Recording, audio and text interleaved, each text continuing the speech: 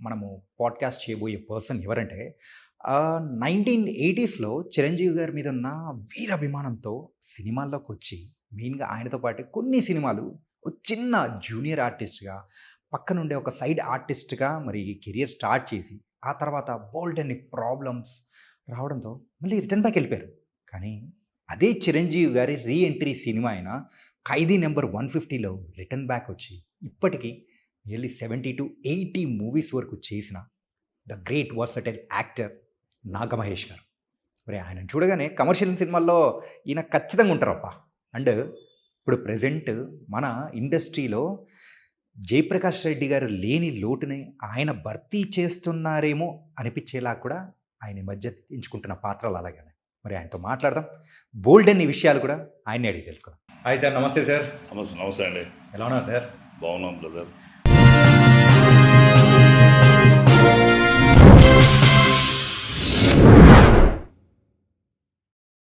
ఆ రోజుల్లో సార్ మేము కూడా విన్నామనమాట. 'చిరంజీవి' గారి రీ ఎంట్రీ సినిమా అనేటప్పటికి ఆర్టిస్టులలో చాలామంది కూడా కనీసం ఒక్క ఫ్రేమ్‌లో అన్నా కనిపిస్తే చాలు అని చెప్పేసి ఎంతోమంది ఎన్నో రకాలుగా ప్రయత్నించారు. కొంతమంది సక్సెస్ అయ్యారు. కొంతమంది కానీ మీరు మాత్రం సూపర్ సార్. అది బ్లెస్సింగ్ అండి. యాహ్! డివైన్ బ్లెస్సింగ్స్ అయ్యి హ్మ్. అది ఆ పాత్రకి నన్ను ఆయన సెలెక్ట్ చేయటం కానీ, డైరెక్టర్ని ఒప్పించడం కానీ, ఎందుకంటే దానికి సాక్ష్యంగా ఉన్న మేకప్ మ్యాన్ చెప్పాను నాకు. సో హ్మ్. చిరంజీవి మేకప్ మ్యాన్ అన్నారు, మీ గురించే ఉంటా హీరో గారు డైరెక్టర్ గారు డిస్కషన్ అయింది. చిరంజీవి గారు పేరు చెప్పలేదు కానీ ఆల్రెడీ నాతో ట్రావెల్ చేశాడు అతను. ఏనాడు నా ముందు చేతులు కట్టుకోలేదు. మొన్న లొకేషన్ వచ్చి చేతులు కట్టుకుని అడిగాడు. లేదు వినయ్, మనం అతను అడిగాడు ఇవ్వటం కాదు కదా, మనం ఇచ్చేది అతను ఉపయోగపడాలి కదా, హ్మ్. ఆర్టిస్ట్ ట్రై చేస్తున్నాడంట. ఇది చిరంజీవి డైలాగ్. హ్మ్. అతను అడిగాడే మనం ఇవ్వటం కాదు కదా, మనం ఇచ్చేది అతనికి ఉపయోగపడాలి కదా, ఆర్టిస్ట్ ట్రై చేస్తున్నాడంట. అది చేస్తాడు, చేయించుకుందాం అని ఈయన భరోసా ఇచ్చి హ్మ్. చేస్తే దైవఫలం. ఆ తర్వాత దైవానుగ్రహంతో ఆ సీన్ సక్సెస్ అయింది, పండింది. చిరంజీవి గారు కూడా ఆ షర్ట్ పట్టుకున్న తర్వాత వీళ్ళందరూ చంపేస్తాను అరుస్తా రైతుల్ని. ఆ కారణం నుంచి చెల్లి అన్నయ్య భయంగా అరుస్తుంది. హ్మ్. ఒక్కసారిగా ఈ ఎమోషన్ నుంచి, ఈ క్రోధంలోంచి, దౌర్జన్యంలోంచి ఏముంది పిల్ల అని చెప్పని ఆ మోహంలోకి వెళ్ళటం. Change over. ఆ చేంజ్ ఓవర్ ఉంటుంది. ఎక్స్‌ప్రెషన్ ఉంది. యాహ్! ఎక్స్‌ప్రెషన్ చేంజ్ ఓవర్ అవుతుంది. ఈ చుట్టం అయిపోయినట్టుగా హ్మ్. కాలర్ సరి చేస్తా మొహంలో మొహం పెట్టి చిరంజీవి గారికి, చెల్లిదా తోడ పుట్టిందా లేక నీలాగే ఊరికి పుట్టిందా అని వెటకారంగా మాట్లాడతాం. చెల్లిలా అని అడిగే తీరులోనే హ్మ్. ఒక బ్రోకర్ ఫిగరా అంటామే. హ్మ్. ఆ టోన్ ఎక్కడ మాడతాం మనం? యాహ్! ఆ టోన్‌ని చెల్లిదా అని ఇప్పుడు అడుగుతాం. చెల్లిదా అని అడుగుతాం మిమ్మల్ని. హ్మ్. కానీ ఆ అడిగే విధానం వేరు. అడిగే విధానంలోనే అతనికి కించపరచడం ఉంది. హ్మ్. అడిగే తీరులోనే వంకరతనం ఉంది కదా. అతను ఇరిటేట్ చేయడం అనేది నా క్యారెక్టర్ పర్పస్. యాహ్! సో అది సక్సెస్ఫుల్గా అయింది. షార్ట్ అవ్వగానే చిరంజీవి గారు చప్పటి కొట్టి గట్టిగా కొట్టి, మహేష్ చాలా బాగా చెప్పావయ్యా, చాలా బాగా చెప్పావు, రేపు డబ్బింగ్లో అలా చెప్పాను నువ్వు, హ్మ్. నువ్వు చాలా బాగుంది వాయిస్, గుడ్ గుడ్ అన్నాడు. ఇంకెక్కడ మెచ్చుకోవాలి నన్ను. ఆ ఒక్క సీను, ఆ డైలాగు మాడ్యులేషన్లో ఆయన చెప్పడంతో ఆయన నాకు అమ్మ పాస్ అయిపోయాము. స్క్రీన్ మీద చూస్తే ఇంకా జనాలు చించేసావు, పొడి చేసావు, హ్మ్. ఎరగదీసావు, అసలు ఏమో ఇంత యాక్టర్ తెలియదు మాకు. హ్మ్. దాని యొక్క ఫలితమే సుకుమార్ గారు చూసి ఎవడరాడు దునపోతలో ఉన్నాడు, అసలు చిరంజీవి గారు అంటే అసలు ఉనికి దిగినట్టుగా బిహేవ్ చేశాడు, అంత ఈజీగా యాక్ట్ చేశాడు, అడవాడ పట్టుకోండి, రంగస్థలంలో వాడదాం హ్మ్. అని. రంగస్థలంలో కూడా నన్ను సుకుమార్ గారు ఫస్ట్ అనుకుంది పోలీస్ స్టేషన్ ఇన్స్పెక్టర్గా రామ్ చరణ్ ఆయన్ని కొట్టే ఆ! వేషం. ఆ! ఓకే. ఒకే ఒక షాట్ ఒక షాట్ ఉంటుంది. స్టేషన్ ఆయన మీద చేసుకుంటారు నువ్వు అని పడతాడు. హ్మ్. ఆ పాత్ర అంటే అటు తండ్రిని ఇటు కొడుకుని మ్యాన్ హ్యాండిల్ చేసిన ఇన్స్పెక్టర్ ఈ నా కొడుకే అని నన్ను హ్మ్. పరిచయం చేయాలనుకున్నాడు ఆయన. బట్ నాతో మాట్లాడేసరికి నన్ను చూడాలని రమ్మన్నారు ఆఫీస్కి. ఆ! నాతో మాట్లాడతాయి రమ్మన్నారు. సార్ డైరెక్టర్ గారు మాట్లాడతారంటే వస్తారా అంటే వెళ్ళాను. వెళ్తే ఆయన చాలా మర్యాదగా రిసీవ్ చేస్తున్నారు. లేచి నిలబడ్డారండి. హుహు. నా గొప్పతనం కాదు, ఆయన సంస్కారం చెప్తున్నా. ఒక చిన్న ఆర్టిస్టు, అంతేగా ఒకటే సినిమా చేసింది నేను. లోపలికి వెళ్ళగానే ఆయన రండి కూర్చొని అనవచ్చుగా. లేచి నిలబడేసరికి నిజంగా నేను చాలా చనువైపోయింది నాకు. హ్మ్. ఆయనతో కూడా గత తాలూకు బంధంలాగా అయిపోయింది నాకు. అంటే ఆ మర్యాదకే నేను ఫిల్ అయిపోయాను. యాహ్! చాలా చనువైపోయింది. లేకపోతే సుకుమార్ గారి దగ్గరికి వెళ్తాను ఎమోషన్ తెలియని వాడిని. హ్మ్. అసలు మా సుకుమారే కదా అన్నంత చనువైపోయింది చనువైపోయింది. మనసుకి. ఆయన నా గురించి ఇంటర్వ్యూ చేశారు. నా గురించి తెలుసుకున్నారు. మీరు ఎక్కడండి మీరు ఉమ్, ఏంటి అని మొత్తం వివరం అడిగాడు ఆయన. ఉమ్, ఆ వివరంలో చాలా డీటెయిల్గా అడిగాడు. ఆయన అంత డీటెయిల్గా అడుగుతాడంటే అసలు మీరు రైటర్ అని ఉమ్, మీకు ఎలా తెలుసు అని అడిగాడు. ఉమ్, ఎలా తెలిసింది, ఎలా తెలుసుకున్నారు, ఫస్ట్ మీరు రైటర్ అని ఎలా దగ్గరయ్యారు చిరంజీవి గారికి అంటే ఇలా దగ్గరయ్యాను Yeah. మీకు ఈ రచన ద్వారానే అయ్యానండి. అసలు మీరు రైటర్ అని మీకు ఎలా తెలిసింది అంటే దానికి ఎమోషన్ సీన్ చెప్పా. Ah. చేసి అన్నిటికీ ఆయన ఫిల్ అయిపోయాడు. చాలా బాగుంది జర్నీ అని చెప్పాను. చిరంజీవి గారిని మీరు కలవటమే గమ్మత్తుగా ఉంది. ఆ గమ్మత్తు ఏంటంటే ప్రజారాజ్యం పార్టీని రాజకీయాలు ఇంట్రెస్ట్ లేవు, మందిని మోసుకెళ్ళి జైలు కొట్టించే స్థితి కాదు. ఒక్కడిని నేను ఏం చేయగలుగుతాను ఈ సేవ అనుకుని నేను ఏం చేశానంటే కాంగ్రెస్ పార్టీ టీడీపీ పార్టీ చేస్తున్న అవినీతి మీద లేకపోతే ఈ సాక్షి పేపర్ ఈనాడు పేపర్ కొంటే అన్ని వచ్చేస్తాయి బయట. అవును. ఈ రెండు పార్టీలు కాదు మూడో పార్టీ మన ప్రజారాజ్యం పార్టీ వస్తేనే ప్రజలు బాగుపడతారనే కాన్సెప్ట్ తీసుకుని ఉమ్, ఆ రెండు పేపర్లు ఫాలో అవుతూ దాంట్లో వచ్చిన న్యూస్ని ఒక పొయిటరీ రూపేణ పెట్టి ఉమ్, మీకు తెలిసిన కంటెంట్నే పొయిటరీకి చెప్పేవాడిని. పొయిటికల్. పొయిటరీకి చెప్పేవాడిని. దాన్ని ఒక 10,000 పాంప్లెట్స్ చేయించాను. ఆ, జస్ట్ 2,000 కాస్ట్ నాకు అప్పుడు, పెద్ద అమౌంట్ కాదు. ఉమ్, ఇంత వచ్చాయి కింద నుంచి ఈ సైజ్ పేపర్లో ఉమ్, 20 లైన్స్ చిన్న చిన్న కవితలో రాజకీయం చెప్పేవాడిని. ఉమ్, ఉమ్, అది బాగా క్లిక్ అయింది. 10,000 కాపీలు నేను ఈసారి అజ్ఞాతం ఉండడం కోసం సత్యాగ్రహి అని ఆ పేరు పెట్టి ప్రకటన చేశాను. ఓకే. రైటర్ ఎవరు అంటే రైటర్ ఎవరైనా సత్యాగ్రహి. సరే ఫోన్ నెంబర్ లేదు, పేరు లేదు, ఇంకా ఉమ్, సత్యాగ్రహి సత్యాగ్రహి. అని ఉండేది. ఉమ్, ఎవడి సత్యాగ్రహి అని క్యూరియాసిటీ 5-6 నెలలు మెయింటైన్ చేశాను. ఉమ్. ఆ షాడోలోనే మొత్తం షాడోలోనే చేశారు. నేను చూసుకునేవాడిని, ఎవడు నాకు భలే రాస్తున్నాడు రా, ఆ. ఎవడో తెలియట్లేదు ఇది ఎంజాయ్ చేసేవాడు నేను. అట్లా 5 నెలల పాటు నేను 10 కవితల పైనే రాశా. ఎగ్జాంపుల్ ఏంటంటే సత్యం రామలింగరాజు గారి ఇష్యూ జరిగింది కదా, అవును. దానికి కూడా చంద్రబాబు నాయుడు అని సాక్షి రాసేది, ఈనాడేమో రాజశేఖర రెడ్డి వల్ల ఆయన రాజశేఖర రెడ్డి. నాశనం వేయాలని రాసేది. దాన్ని ఏం చెప్పానంటే బొమ్మ బొరుసు అంటే టైటిల్ పెట్టి ఉమ్, నాణ్యానికి బొమ్మ బొరుసు, ఉమ్. సత్యం రాజుకి బాబు వయస్సు, ఆ, రెడ్డి గారి పాలనలో ప్రాజెక్ట్ అన్ని మైటాస్ వశం, అడ్డదారి సంపాదనలో నేతలిద్దరూ పరవశం, ఉమ్, మెట్రో రైలు అయినా మచిలీపట్నం పోర్ట్ అయినా అది మైటాస్ సొత్తు, ఉమ్. అధినేతలు ఎవరున్నా ఆర్డర్లు పట్టడమే అతిపెద్ద గమ్మత్తు, రాజుగారి దక్షిణమేస్తూ రక్షణనిచ్చిన కాసుల కాపరులు, వారి అవినీతి సామ్రాజ్యానికి చట్టరీత్యా వారసులు. ఈ ఎంత ఎమోషన్ తోటి అసలు. నేను రాస్తే జనాలు ఎందుకు ఎక్కదు ఎందుకు ఎక్కదు సార్? ఎందుకు ఎక్కదు ఏ, ఆ చిన్న లైన్స్ లోనే మొత్తం ఉంది మ్యాటర్. మనం క్లోజ్లో మామూలుగా చెప్పాల్సింది ఏంటంటే ఆయన మొత్తం అవినీతి అంతా ఈ నా కొడుకు చేసిందేరా, వీళ్ళు చేసిందేరా, వీడి వల్ల ఆయన అట్టేయడు ఆడవాళ్ళు ఇట్టేయడని ఇట్లా మాడతాం. ఇదే నేను చెప్పింది అక్కడ. పొయిటిక్గా చెప్పేసరికి బాగా ఇంజెక్ట్ అయింది అది. అందరూ పవన్ కళ్యాణ్ గారు చదివారు కవితలు, ఆయన టైంలో ఉండేవి, చిరంజీవి గారి టైం మీద నీ కవితలు ఇక్కడ ఉన్నాయని చెప్పి చూపించారు నాకు ఫస్ట్ డే లోపలికి వెళ్ళినప్పుడు. ఇట్లా ఒక 5-6 నెలల పాటు ఇంకో కవిత చెప్పన్నారు సుకుమార్ గారు, ఇంకేటేం రాశారన్నారు, స్లమ్ డాగ్ మిలియనర్ హిట్ అయింది కదా సార్ అన్న. అవునన్నా, అవునన్నారు. స్కామ్ డాగ్స్ ట్రిలియనియర్స్ అని టైటిల్ పెట్టి రాజశేఖర రెడ్డి గారు మినిస్టర్స్ చేసిన అవినీతి మీద కవిత రాశాను సార్. ఓకే, ఇది చెప్పండి అన్నాడు. జేసీ దివాకర్ రెడ్డి తిన్నాడంట ఇసుకతో కలిపి 100 కోట్లు. పాపం గొల్లపల్లి సూర్యారావుకి దక్కలేదు, న్యాయంగా రావాల్సిన వాటా నోట్లు. పంపకాల్లో తేడా వచ్చేసరికి పత్రికకి సిగబట్లు, ఇలా చేస్తే జనం ఎలా వేస్తారని ఓట్లు. రఘువీరారెడ్డిది ఎంతో వ్యధతో కూడిన అంతర్మదనం, 100 కోట్లు ఖర్చు పెట్టిన చుక్క నీరేవులదు మేఘమదనం. వరుణుడు కరుణించి ఉంటే నీటి చుక్కలతోనే కోట కొలది ధనం, భ్రష్టు పట్టించగల ఈ పేపర్ల కథనం. Rhyming timing. పొన్నాల లక్ష్మయ్యది ఆనకట్ట లేని అవినీతి ఏరు, తమ కమిషన్ల కలెక్షన్ల కోసమే ఓపెనింగ్ల జోరు, ఎన్ని కోట్లు దిగమింగినా ఇంకా దిల్మాంగే మోరు. సూపర్ కొట్టారు సుకుమార్ గారు. సూపర్ అండి, సూపర్. దిల్మాంగే మోర్ బలివాడారు అన్నాడు. అట్లా ఇన్స్పెక్టర్ వేషం అనుకున్నదే ఈ కవితలు కానీ ఈ రచనలు కానీ చెప్పింది ఆయనకు కొంచెం గౌరవం పెరిగి నన్ను సమంత పాదన చేశారు. అట్లా జర్నీ గమ్మత్తుగానే అది నేను ఎక్స్పెక్ట్ చేయలే. ఖైదీ నెంబర్ యాక్ట్ చేసిన తర్వాత కూడా నేను వేరే సినిమాకి ట్రై చేయలే, యాక్టర్ అవ్వాలని కూడా అనుకోవాలా. చేసి సరదాగా ముచ్చట తీసుకున్నాం, చిరంజీవి చేసామని. బట్ సుకుమార్ గారు ఆఫీస్ నుంచి ఫోన్ వచ్చి సుకుమార్ గారు నన్ను నా మీద ఇంట్రెస్ట్ చూపించినప్పుడు నా మైండ్కి thought, this is my destiny, acting యాక్టర్గా నా జీవితం ముగిపోతుంది, భగవంతుడు ఏదో ఈ రూట్ చూపించాడు, ఇప్పుడు ఇసుక సిమెంట్ మట్టి కాదు యాక్టింగే అని. అసలు ఎన్నో సంవత్సరంలో బ్రేక్ వచ్చింది సార్ అది? మీకు ఎన్నో సంవత్సరంలో? నాకు 54 ఇయర్స్. 54 ఇయర్స్. మనము 52 కొన్ని సక్సెస్ స్టోరీస్ మనం వింటూ ఉంటాం. ఇది కేఎఫ్సి పెద్ద అయింది ఏంటంటే 62 ఇయర్స్కి ఎప్పుడో బ్రేక్ వచ్చి ఈ క్రియేటెడ్ ఎంపైర్.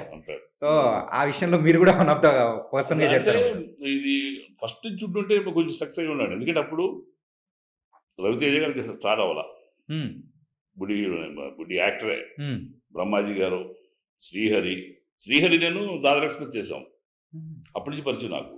చెన్నైలో దాదర్ ఎక్స్ప్రెస్ హైదరాబాద్ చేసాం షూట్, అప్పటి నుంచి పరిచయం నా శ్రీహరి. ఫస్ట్ పరిచయం అయిన పెద్ద యాక్టర్ ఎవడంటే నా శ్రీహరే. తొలి రోజుల్లో మహేష్ని పిలిచేంత చనువు ఉన్న వ్యక్తి నేను కూడా, హరిభై అని పిలిచేంత చనువు మా ఇద్దరికి. రవితేజ నేను అంతా ఆయన ధర్మక్షేత్రం చేశాం వేషం. అట్లా అందరూ ఎదుగుతుంటే ఏమది, నాకంటే కొంచెం సక్సెస్ అయిన వాడు చిన్న శివ వచ్చిన తర్వాత వెళ్ళా కాబట్టి, శివతో ఆయన స్టార్ అయ్యాడు, యాక్టర్ అయ్యాడు. చిన్న కొంచెం లీడ్కి వెళ్ళాడు, ఇంకా సింధూరం రాలా. బ్రహ్మాజీ అంతా కొట్టుకుండా ఉన్నాం. కరెక్ట్, నా పర్సనాలిటీకి, నాకున్న ఎక్స్పీరియన్స్కి, నాకున్న స్కిల్కి డెఫినెట్గా మంచి యాక్టర్ అయినవాడిని. కానీ నా కుటుంబ పరిస్థితి వల్ల నేను వెనకొచ్చా. కానీ నేను అదులు పెడితే దేవుడు నన్ను వదిలిపెట్టలా, మళ్ళీ పిలిచి ఏ బాధ్యతల కోసం వెనకొచ్చానో అవన్నీ ఫుల్ఫిల్ అయిన తర్వాత ఇప్పుడు నీ అభిరుచిని నెరవేర్చుకోరా ఆయన ఈ వయసు కన్నా. ఆ టైంలో ఇది శివ సినిమా టైంలో కొంతమంది కొత్త యాక్టర్స్గా కానీ, సో ఆర్జీవి గారు తీసుకుంటున్న టైంలో మీరు ఏమైనా ట్రై చేశారా? అప్పుడు ఇంకా శివానే నేను వైజాగ్లో జగదాంబ గారు చూసిన తర్వాత మెడ్రాస్ వెళ్ళాను. ఓకే. అప్పటికి నేను ఇంకా సీరియస్గా యాక్టర్ అవ్వాలనుకోవాలి. నార్మల్గా ఇండస్ట్రీలో సో కమర్షియల్ సినిమాలకు ఒక లోటు అనేది ఏర్పడిందంటే దాన్ని ఫిల్ చేయడానికి చాలా కష్టపడుతుంటారు. ఇప్పుడు మీరు అంటే కొన్ని క్యారెక్టర్స్కి ఫిల్ చేస్తున్నారు అనుకోవచ్చా? నేను అంటే మీరు ఏ ఉద్దేశిస్తున్నారు? అంటే జయప్రకాష్ గారు అట్లా అంటారా?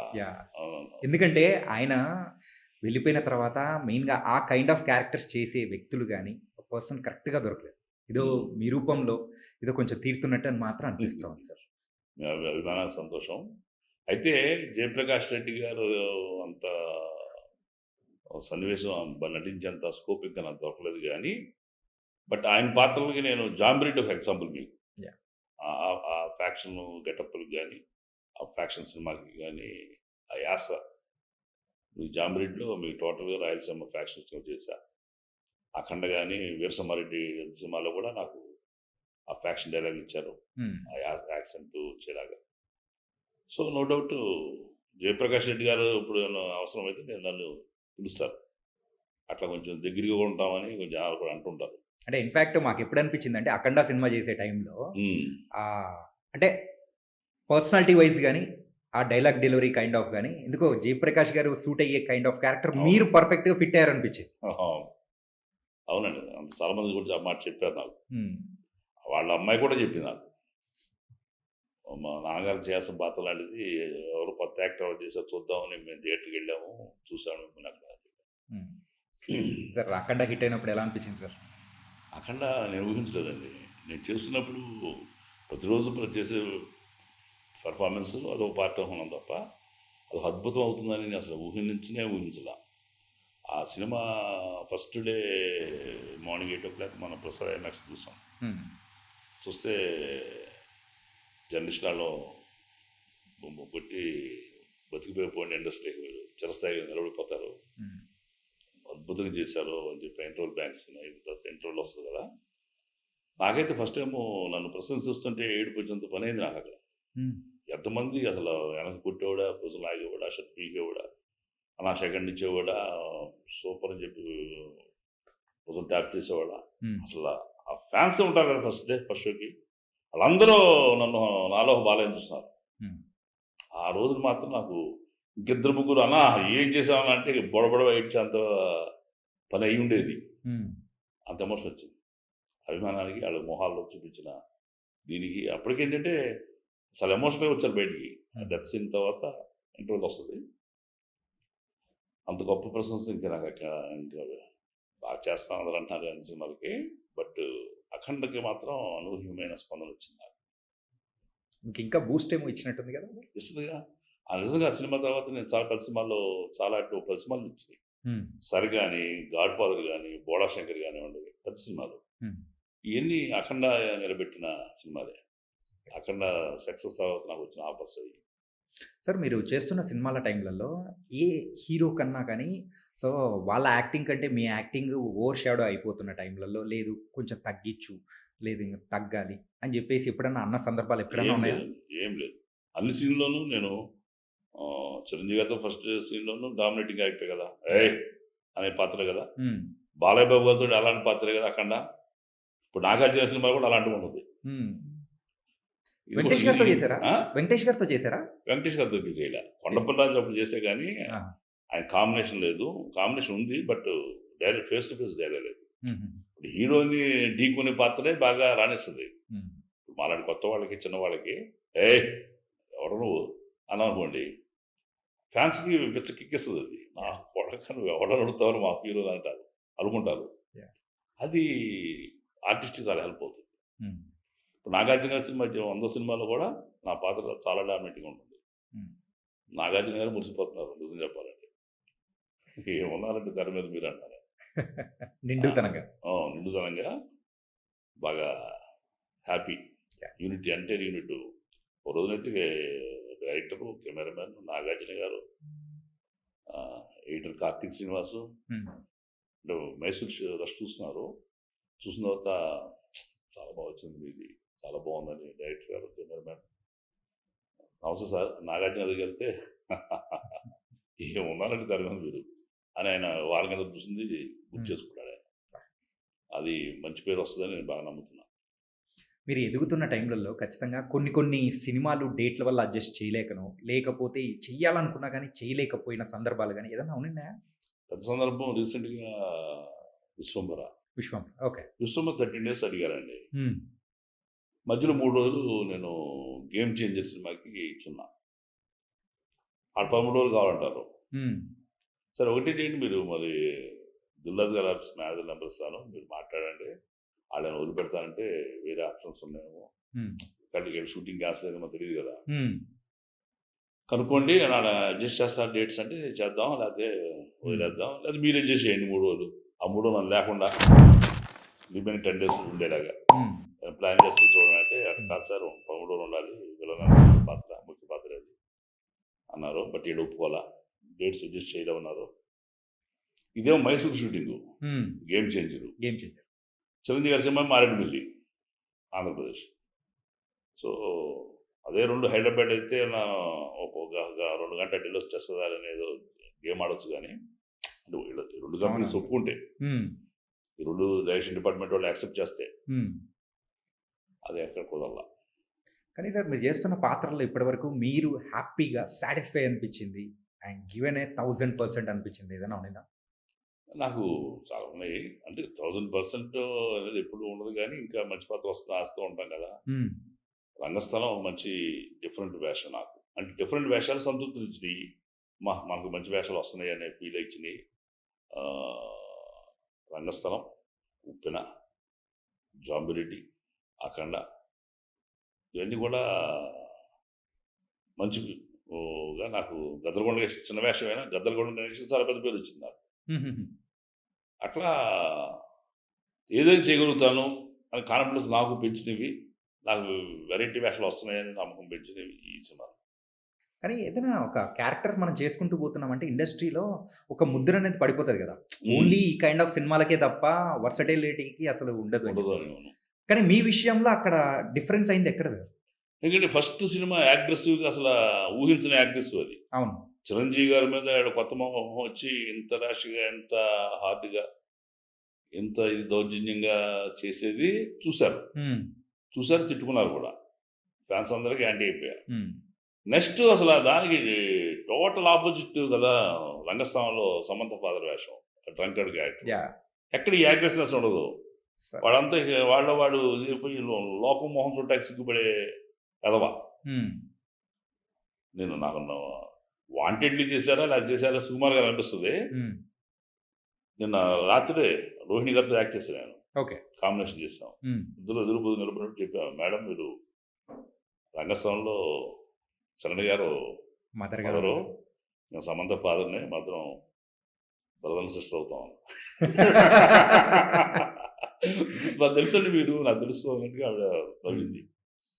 ఆది పినిశెట్టి ఆయన డెత్ సీన్లు నన్ను ఎక్కడ కూర్చోబెట్టలేదు అసలు. ఆయన ఊరంతా కలుగుతుంది. అవును ఈ ఎక్కడ తాగిపడి ఉన్నాడు అనుకున్నాడా, ఈ డైరెక్టర్ అనుకున్నాడు. నా కాలం మీద సీన్ తీశారు, ఆ మూమెంట్ అని తీశారు, బట్ ఎక్కడ నన్ను కెమెరా ముందు ఇన్వాల్వ్ చేయలే. అట్లా ఆ తాగుబోతుని బాగా, అంటే ఈ 2 సినిమాలతో మీకు వెరైటీ కనిపించలా? అట్లా అనిపించేది. వెరైటీగా అనిపించింది. తర్వాత వచ్చింది డిఫరెంట్ గద్దరకొండ గణేష్, హరిశంకర్ గారి డైరెక్షన్. అది ఒక సీన్ అన్న అది పేరింది బాగా. అందరూ దాని గురించి చెప్పారు, అసలు ఆ నవ్వేంటి, ఆ పొగరేంటి, ఆ మెగా హీరోలు అంటే మీరు లోకం ఏంటి, ఎదురుగా టేబుల్ కాళ్ళు వేసుకుని కాళ్ళు ఊపుతున్నారా అన్నాడు. అందుకే మీ హీరో నరికేశాడు.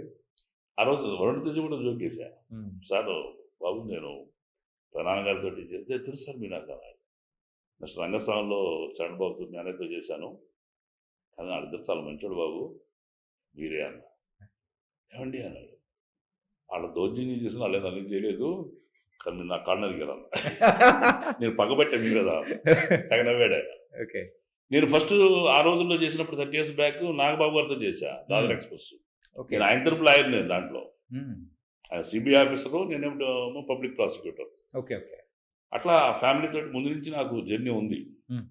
కాబట్టి ఇంకా అట్లా అంత చనువుగా నేను వాళ్ళతోటి మాట్లాడు. ఉప్పెన వైష్ణోదేవి ఫస్ట్ వైష్ణోదేవి. ఉప్పెన, దాంట్లో ముఖ్య పాత్ర చేశా కదా, మొత్తానికి అందరితో చేసినట్టు ఆల్మోస్ట్.